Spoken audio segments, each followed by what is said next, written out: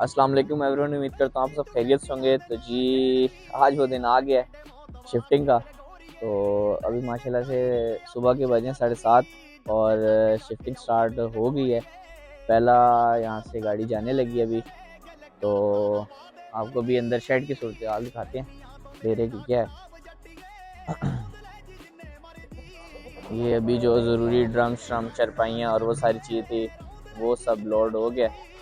बाकी इंशाल्लाह ये गाड़ी पहुँचा दी जाए, उसके बाद फिर जानवरों की शिफ्टिंग भी आपको दिखाते हैं, न्यू डेरा भी दिखाते हैं। तो इंशाल्लाह नेक्स्ट पार्ट में आपसे मुलाकात करते हैं, तब तक के लिए अल्लाह हाफ़िज़।